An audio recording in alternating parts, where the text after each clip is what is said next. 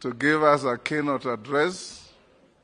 Don't feed anybody with contaminated mushrooms, and don't crack anybody's skull.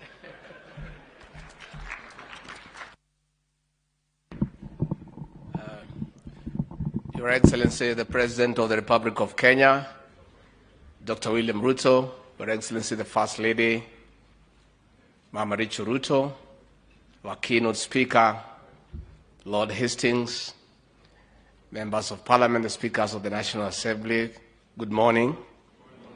God is good. Another time. Nisalimiani kwa Bwana Yesu asifiwe. Your Excellency, we want to request the Speaker of the National Assembly, very respectively, not to incite our women who have insurances to get funny ideas.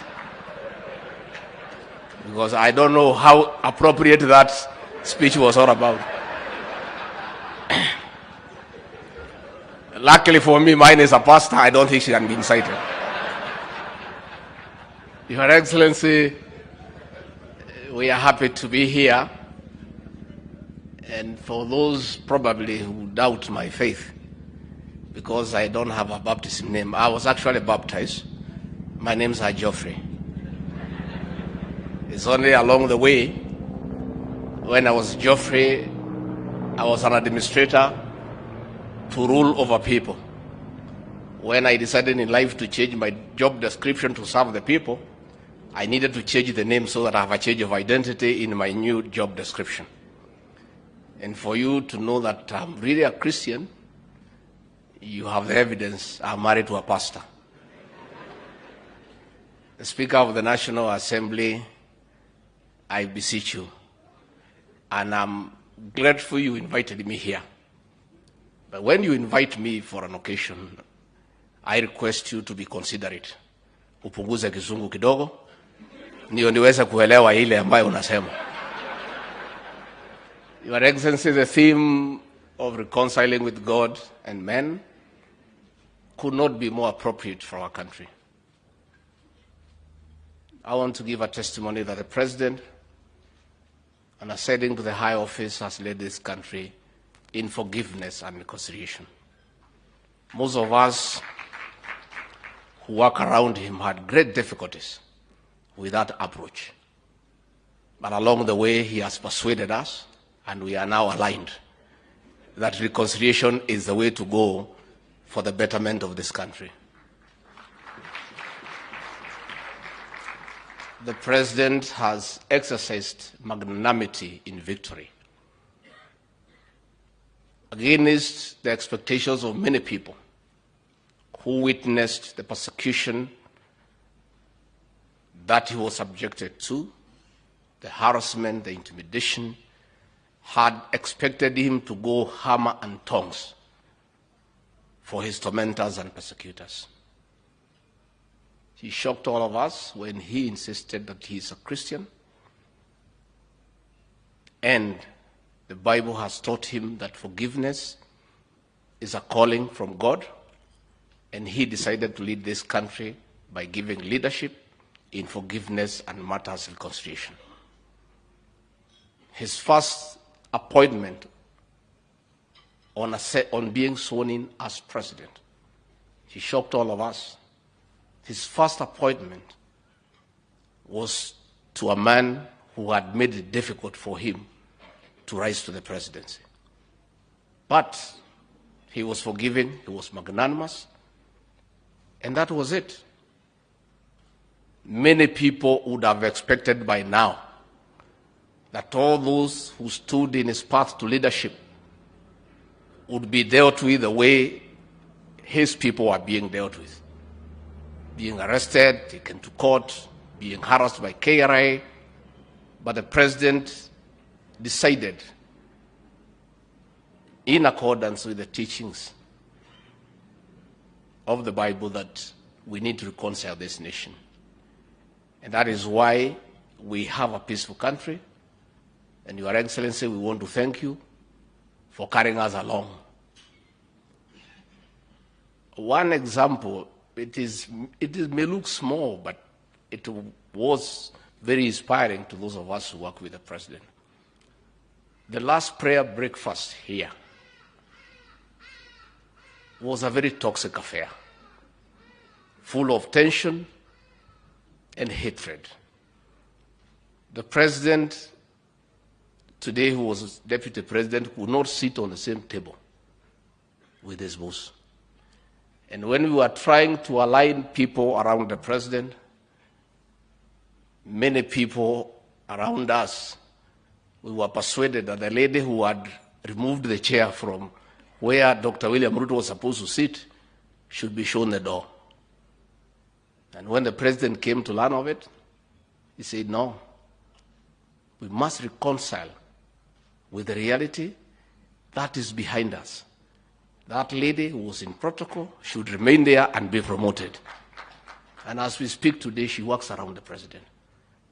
Again, when the president and his family and their belongings were thrown out of the official residence of the deputy president in Mombasa, most of us were persuaded that those who had participated in throwing out his belongings should be shown the door.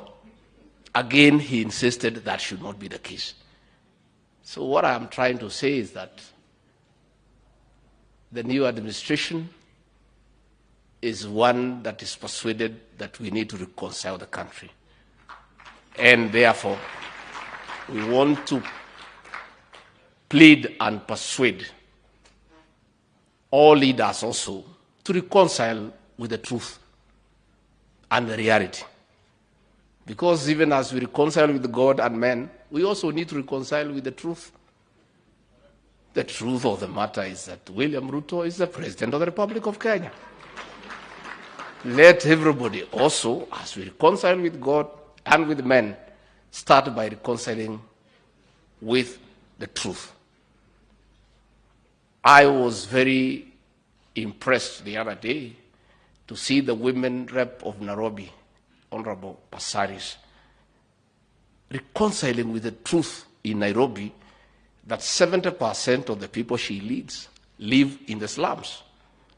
And it would not be wise for her as a leader to oppose a program that is going to remove the people she leads from the slums to dignity. We are therefore asking everybody, as we reconcile with God and with men, let us also reconcile with truth and reality. Your Excellency, when we were seated there, you were a bit concerned ya kwamba hawa waliongea hapa wameumiza Kimani Ichung'wa kidogo.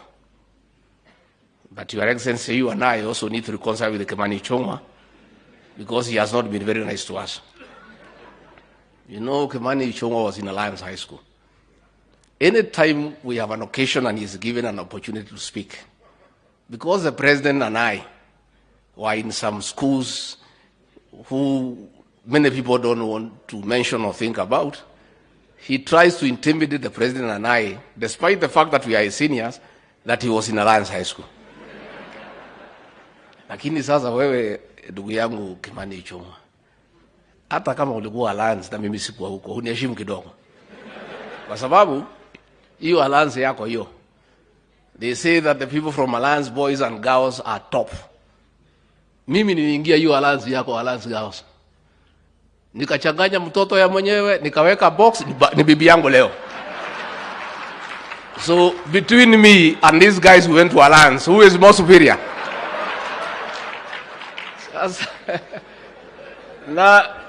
na sikuweka a box peke yake for the last 35 years, ako kwa hiyo box.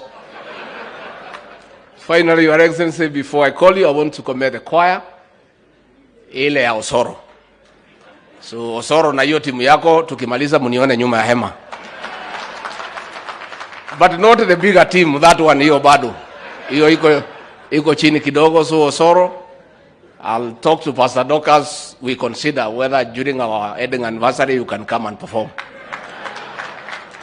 Lakini mjumbe wetu moja hapo alikuwa anaitwa Kagushia, ameniangusha. Alikuwa hana uniform. Mimi najua uchaguzi ulikuwa ngumu, lakini hujaishiwa hiyo kiasi.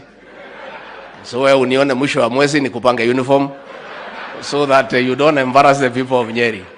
So, Your Excellency, we are happy today. It's a happy moment for the country with the era of reconciliation and forgiveness that you have led us as our leader. And all of us are persuaded and we want to move into that direction. I therefore request everyone to be upstanding as you help me to usher in the President of the Republic of Kenya, Dr. William Samoei Ruto. Your Excellency.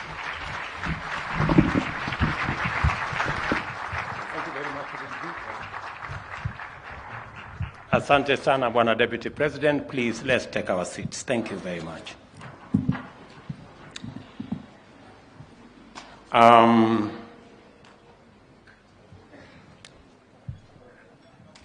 All my good friends and leaders from Kenya, our brother,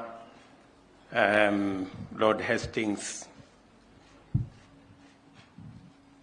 and fellow Kenyans, good morning. Hamjambo. Let me first take this opportunity to thank